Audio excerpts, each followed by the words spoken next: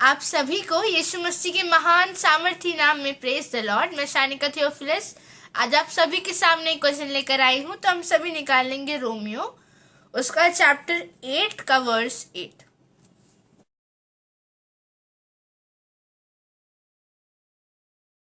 Praise the Lord. तो जब हम इसे रोमियो 8 के 8 को अच्छे से पढ़ते हैं कि यहाँ पे पवित्र आत्मा हमसे क्या कहना चाहता है, तो यहाँ वचन लिखा है कि और जो शारीरिक दशा में है वे परमेश्वर को प्रसन्न नहीं कर सकते। आपको पता है वो जो इंसान था, वो जो धनी व्यक्ति था, जो यीशु मसीह के पास आया था और उसने उन्हें बोला कि मैं अनंत जीवन में प्रवेश करने के लिए क्या करूं। तो ईश्वर ने उसे बोला कि तू आज्ञाओं को तो जानता ही है, उन्हें मान। तो उस इंसान ने कहा इन्हें तो मैं अपने बचपन से फॉलो करते आया हूं। तो ईश्वर ने बोला फिर भी तेरे अंदर एक चीज ऐसी है जो निकालनी जरूरी है।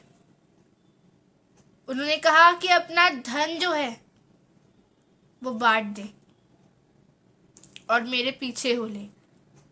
और उनके ये कहने के बाद वो धनी व्यक्ति, क्योंकि उसके पास बहुत सारा धन था, उसने मेहनत करके वो धन कमाया था और उस कारण से वो उदास होके उनके पास से चला गया। वैसे ही वो इंसान जो था ना, उसका ध्यान, उसका प्रेम, उसका अटैचमेंट जो था वो उसके धन से था। उसका जो जितना भी प्यार था, उसका जितना भी अट्रैक्शन था, या जितना जो उसका फोकस था वो उसके पैसे थे। उसने अपने धन को, क्योंकि वो बहुत अमीर था, उसने अपने धन को सबसे प्रायोरिटी में रखा था। और जब ईश्वर उसे ये कहना चाह रहे थे कि तेरी प्रायोरिटी क्या होनी चाहिए, वो सिर्फ और सिर्फ परमेश्वर है और किसी चीज को परमेश्वर की जगह मत देना। जिस चीज को हम उसकी जगह दे देते हैं वो कहीं ना कहीं हमें उससे दूर कर देता है, परमेश्वर से दूर कर देता है। और जैसा यहाँ जैसा लिखा गया है ना कि वो उसने अपने धन को नहीं छोड़ा। उस इंसान ने, वो उदास होके वहां से चला गया। क्या हम भी ऐसा तो नहीं करते हैं? क्या हम भी एडजस्ट करने की बहुत कोशिश तो नहीं करते हैं कि हाँ, मुझे परमेश्वर को पसंद करना है, मुझे जाना है अनंत जीवन में। मैं चाहती हूँ कि परमेश्वर मुझसे भी बात करे। इतने लोगों से बात करता है वो खुदा इस दुनिया में कितने सारे लोगों से बात करता है, तो मुझसे क्यों नहीं करता है? मुझे भी उसकी बात सुननी है। और साथ ही साथ हम अपने शारीरिक कामों को छोड़ने के लिए तैयार तक नहीं होते। वो कहता है कि तुम्हारे बस का नहीं है, तुम अपने आप को मुझे दो, मैं तुम्हें सुधारूंगा, मैं तुम्हें साफ करूंगा उसके लहू के द्वारा। अपने लहू के द्वारा वो हमें साफ करता है। पर क्या हम उसे अपने आप को देना पसंद करते हैं? क्योंकि हम जानते हैं कि अगर हमने एक बार उसे दे दिया अपने आप को, तो वो फिर हमें साफ करेगा, हमारी हर एक आदतों को ऐसे छुड़वाएगा जो उसकी विरोध में आती हैं। पर हम बहुत बार ये चाहते ही नहीं है, क्योंकि कई बार उस धनी व्यक्ति के समान हमारी आदतें, हमारे शारीरिक काम हमें उससे ज्यादा प्रिय हो जाते हैं। और जब हमें ये चॉइस मिलती है ना कि परमेश्वर या संसार, तो हम बहुत बार संसार को शरीर के बहकावे में आके चुन लेते हैं। हम शारीरिक रहकर परमेश्वर के राज्य में प्रवेश नहीं कर सकते। हम शारीरिक दशा में हैं तो हम परमेश्वर को कभी प्रसन्न नहीं कर सकते। हम अगर ये चाहते हैं कि ठीक है, ज्यादा गलत तो नहीं है, इसलिए हम ये करते रहते हैं, खुदा से दुआ भी करते रहेंगे, उसके पास भी बने रहेंगे। एक इंसान 2 स्वामियों की सेवा नहीं कर सकता। एक इंसान संसार, शरीर और परमेश्वर दोनों की सेवा साथ में नहीं कर सकता। वो एक से प्रेम रखेगा और एक से बैर रखेगा। अगर आप परमेश्वर से प्यार करते हैं तो आप संसार से बैर रखेंगे। आपको संसार का एक भी काम जो उसके विरोध में है ना, बिल्कुल पसंद नहीं आएगा। और हमें जो लगता है कि छोटी सी तो गलती है, ज्यादा बड़ा कुछ नहीं है, इससे मैं परमेश्वर से दूर नहीं होऊंगा, तो एक और बात कि हमारा खुद का मन हमें दोषी कभी नहीं ठहराता है। क्यों गलत चीजें हमारे पास आएंगी कि तुम मुझे करो, तुम्हारे साथ और गलत होगा, तुम परमेश्वर से दूर चले जाओगे।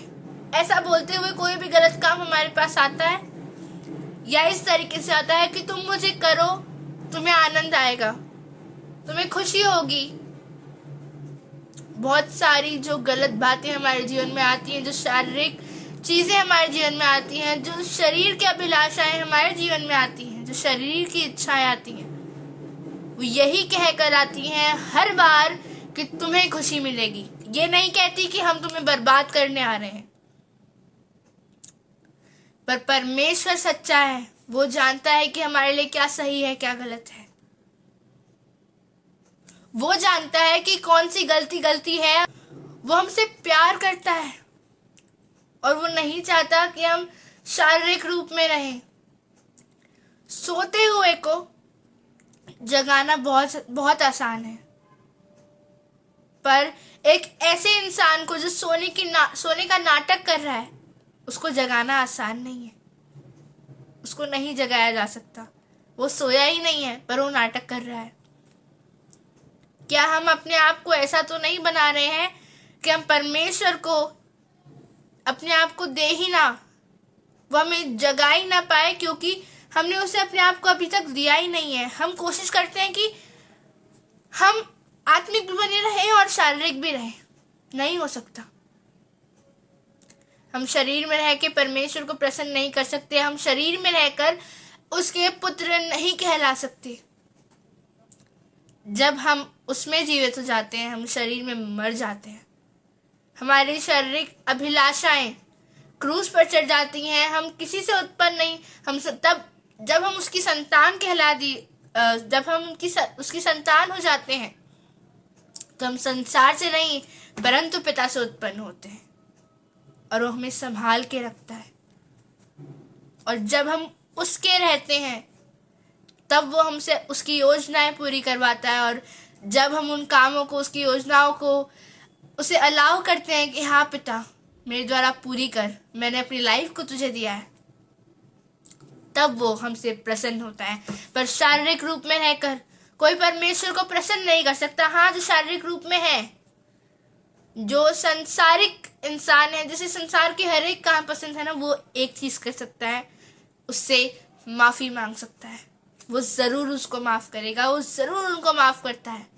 वो कभी किसी भी शारीरिक व्यक्ति से, उसके काम से प्रसन्न नहीं होता, क्योंकि वो जानता है कि ये तो दिखावा करता है। उसे दिखावा नहीं, उसे सच्चा प्यार चाहिए।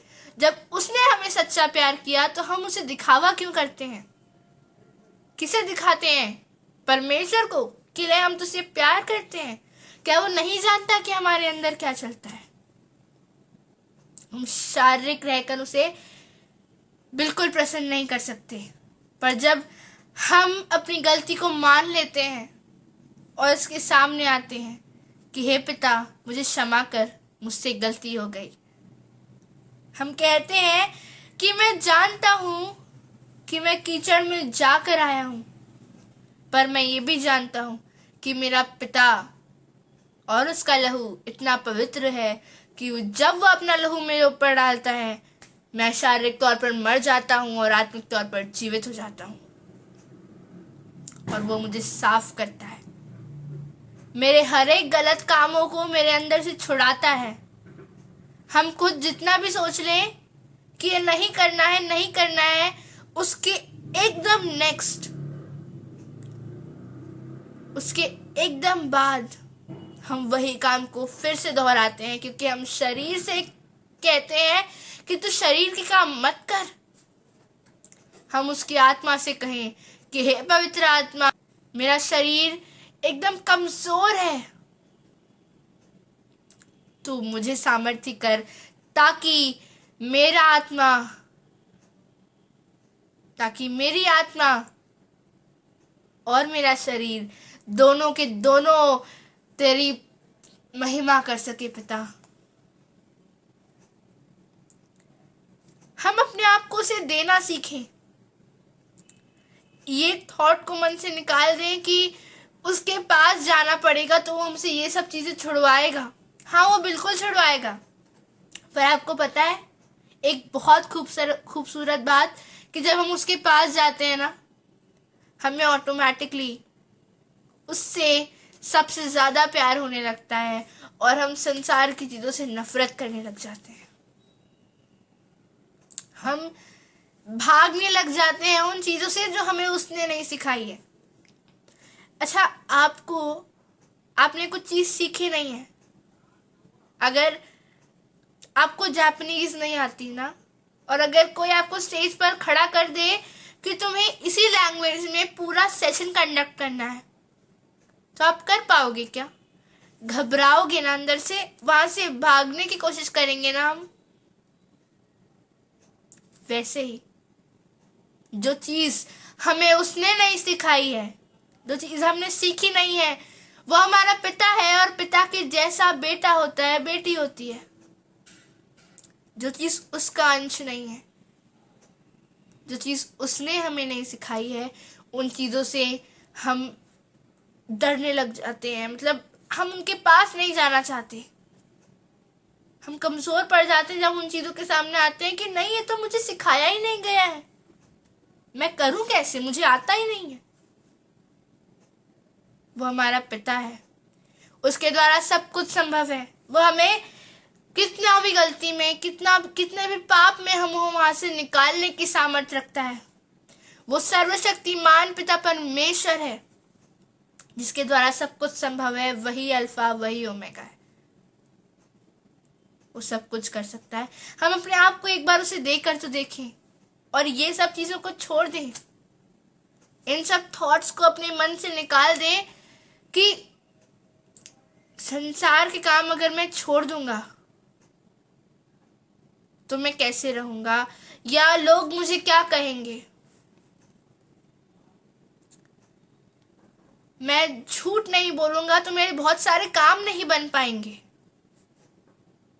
ये सब चीजें सोचना हम छोड़ दें, क्योंकि जब परमेश्वर किसी के लिए रास्ता खोलता है तो रास्ता और कोई बंद नहीं कर सकता। और अगर उसने हमें पकड़ लिया ना, तो हमारी कोई भी मुश्किल में हमें अकेला नहीं छोड़ता है। वो हमारी मदद करता है, हमारा हाथ पकड़ के चलता है। और जिसका हाथ परमेश्वर ने पकड़ा हो, क्या वो कभी गिर सकता है? जिसका हाथ परमेश्वर ने पकड़ा हो, क्या उसे कभी भी डिप्रेशन फील हो सकता है? नहीं। कितनी भी मुश्किल हो ना, वो हमेशा रहता है कि तुझे रोना है, तेरा हर एक आंसू मेरे लिए कीमती है, वो कहता है। हमारा हर एक आंसू जो बहता है ना, उसकी कीमत उसकी नजरों में बहुत है, और वो हमारी सहायता करता है। वो हमें अकेला नहीं छोड़ता, वो हमसे बहुत प्यार करता है।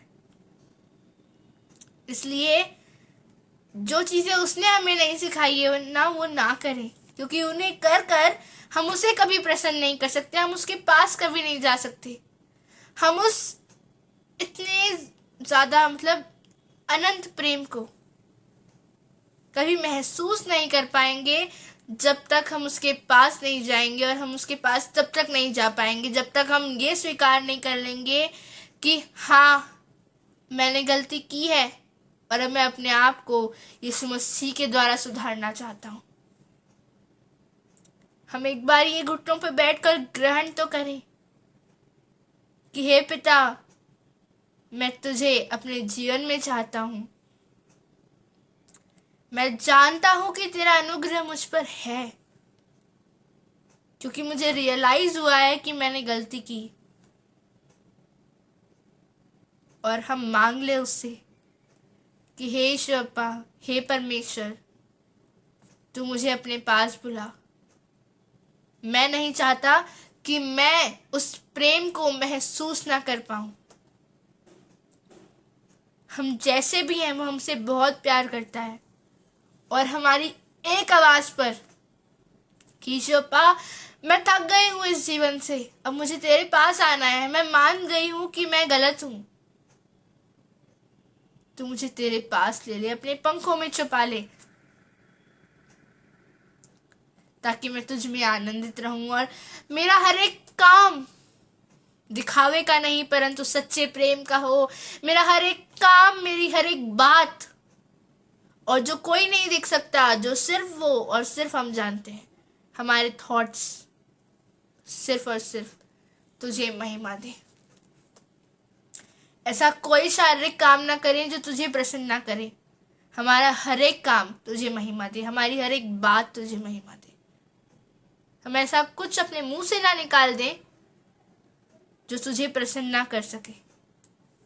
जब यीशु अप्पा बोलते थे ना, जब यीशु मसीह लोगों से बात करते थे, उनका हर एक जो सेंटेंस होता था, हर एक शब्द होता था, बहुत सोच समझ के कहते थे वो।